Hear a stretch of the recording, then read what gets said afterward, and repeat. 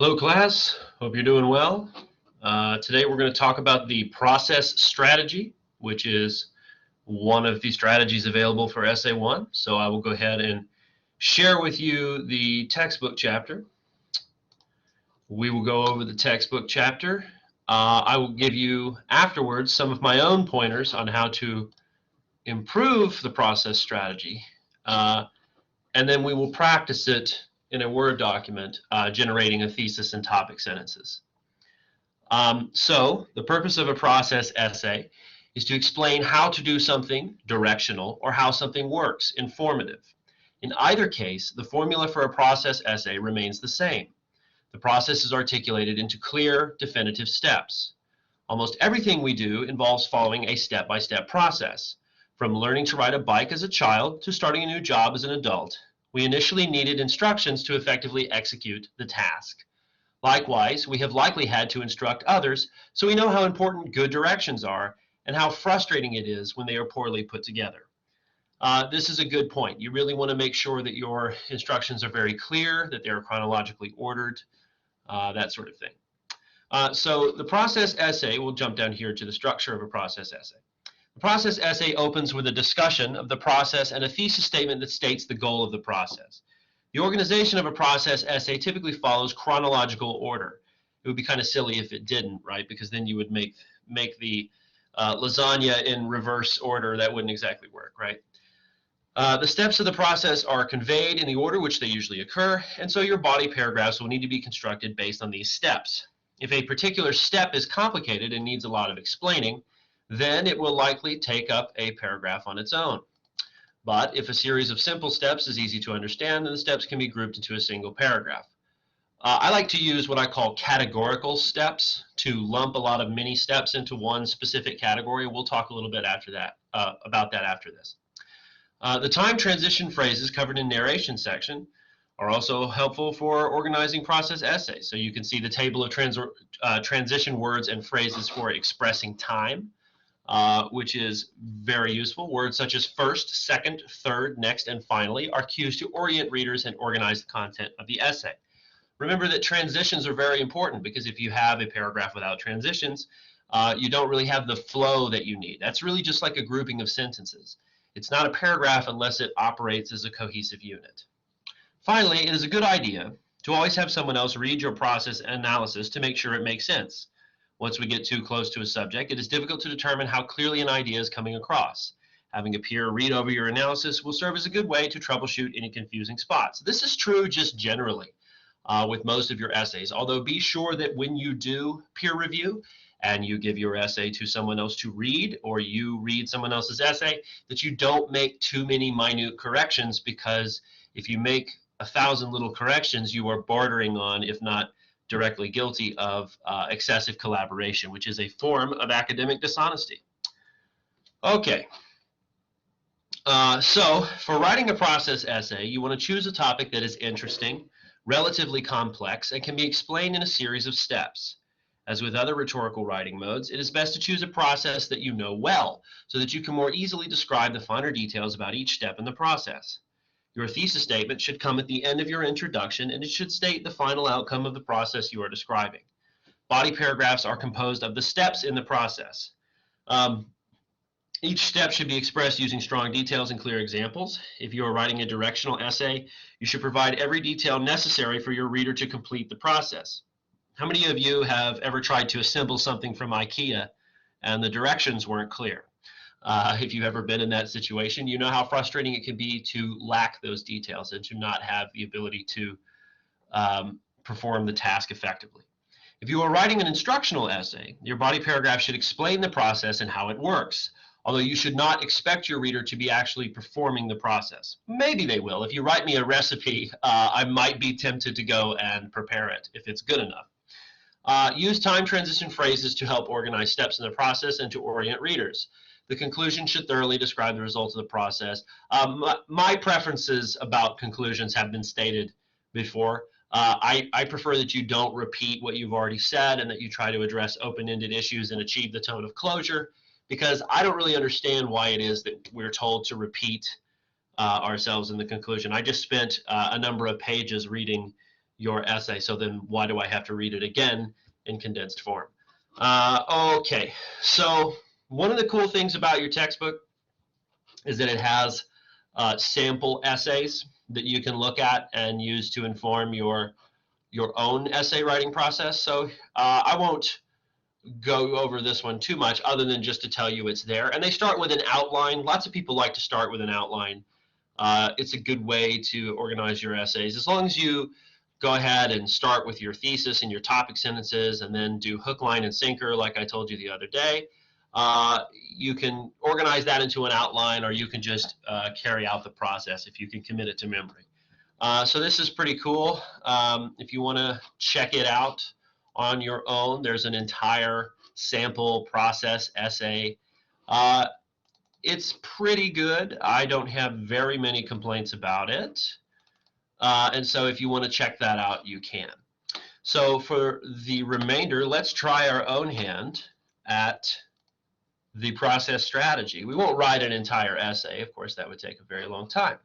But what we can do is we can create a thesis and topic sentences, which gets us on our way to writing the essay. Remember, a good thesis and topic sentences are extremely important. And they are crucial to a strong essay. One moment, please. Okay. Here we go. Good. Hopefully everyone can see that. Yep, okay. Just making sure.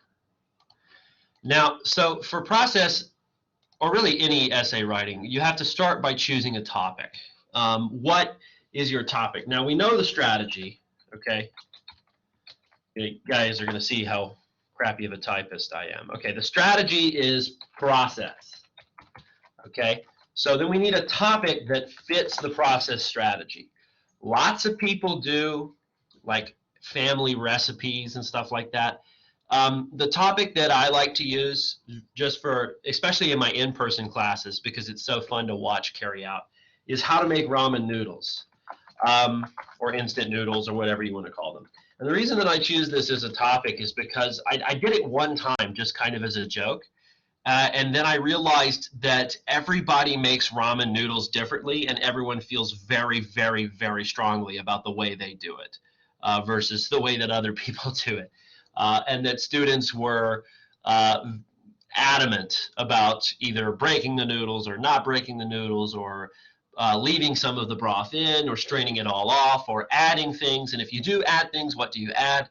So it's an interesting exercise in class to watch everybody fight over that and until we come up with some manner of agreement, which is usually very hard. But for the purpose of making ramen noodles, it's something that we all know how to do. It's very, very simple. So we need to start with a thesis. We always, always, always start with a thesis statement. So what could our thesis statement be about ramen noodles? Now, if you think about it, there are a lot of minute steps to the process of making ramen noodles. You have to open the bag, take out the block, boil the water, place the block inside. There's all these little micro steps and everything. And if we wrote an entire body paragraph for each one of those steps, we would have 10,000 paragraphs, and that's not going to do. So what we need to do then is, this is where I like to, I'm going to actually type this phrase up here so that you guys remember it. I like to do what's called categorical steps. And what I mean by that is those are like, instead of saying the step of opening the cellophane, the step of taking out the noodles, the step of choosing the seasoning, instead of doing all that, you would just say preparation.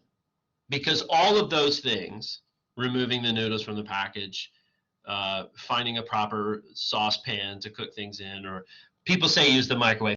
Throw away your microwave, okay? Microwaves are awful. And if you're going to make ramen noodles, I'm a purist. You got to use the stovetop.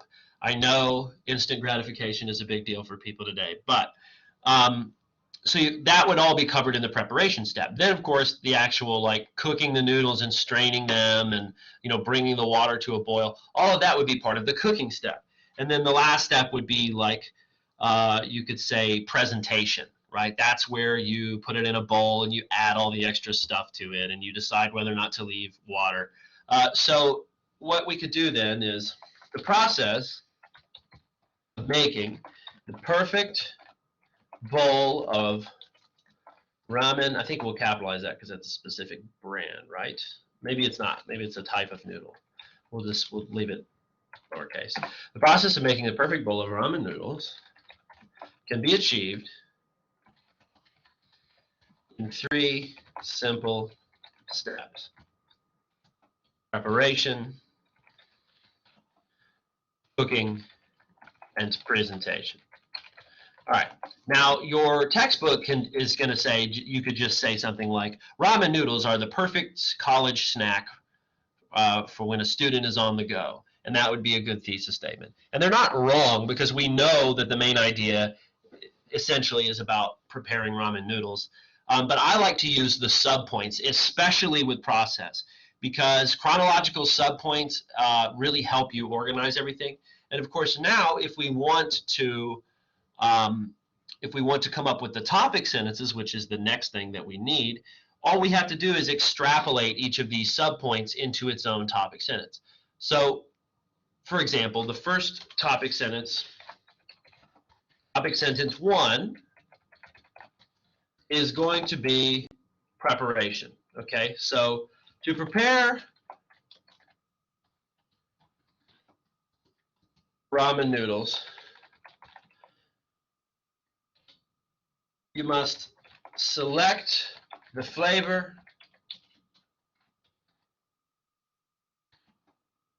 method of cooking, select the flavor, choose the method of cooking, and gather all of the necessary ingredients and utensils. All right, now notice all of that stuff falls under the preparation step. I didn't say anything about cooking or boiling water or any of that stuff. So this is how we make categorical steps, and we can come up with all of those micro steps in the process. And sometimes we don't realize how many micro steps there are. A lot of you may recall, I don't know if your elementary school teacher did this, but a lot of them do. There's an experiment they do where they tell the students to write down how to make a peanut butter sandwich. And so the students will write down, the first step is to spread the peanut butter on the bread. And so the teacher will take the peanut butter and start spreading it on the cellophane. And then the students say, oh, no, wait, you have to take it out of the wrapper first. Oh, okay. So you really want to think, like, what are the specific steps? Assume your reader had never done what it is that you're going to do. I mean, we've all, I assume, unless we're allergic, made a peanut butter sandwich. But there are some things that you could detail with process that people had never done before. So assume they'd never done it, and assume you're talking to a novice that needs even the most obvious things explained to them. Because if this is something that you do all the time, there may be little steps and things that you just overlook because they're so simple, they come naturally to you. But you really want to make sure that you bring those to your reader's attention, because maybe they've never made ramen noodles before, who knows? Although that's very unlikely, because it's one of the more heavily eaten foods in the world, I understand. Okay, all right, topic sentence 2. Now, we know that this is going to be about the cooking step, okay? The cooking step involves applying heat to the noodles, and as well as preparing any additives that you may want to add later.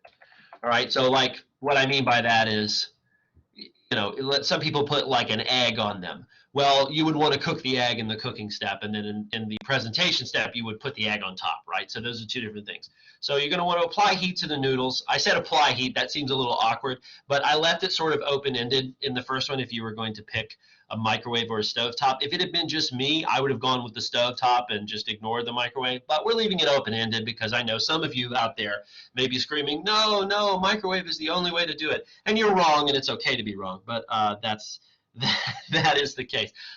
Okay, so that's topic sentence 2. Topic sentence 3 is going to be about presentation. So we could say, lastly, and what I noticed is that I noticed that we didn't really use transitions in the topic sentences earlier, which could have improved it, but we'll just go with this. Lastly, the presentation step involves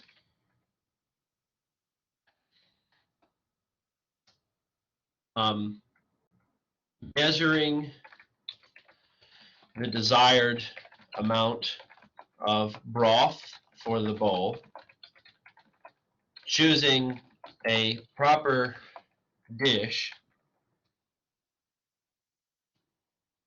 and adding any extra, I want to say accoutrements, but yeah, let's do it. Accoutrements.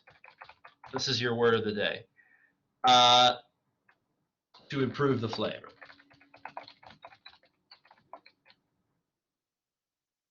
And nutritional value. Okay. The proper dish and eating utensil.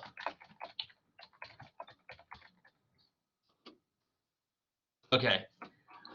That looks pretty good. So we have a thesis statement. The process of making the perfect bowl of ramen noodles can be achieved in 3 simple steps: preparation, cooking, and presentation. All right, topic sentence 1. To prepare ramen noodles, you must select the flavor, choose the method of cooking, and gather all the necessary ingredients and utensils. Okay.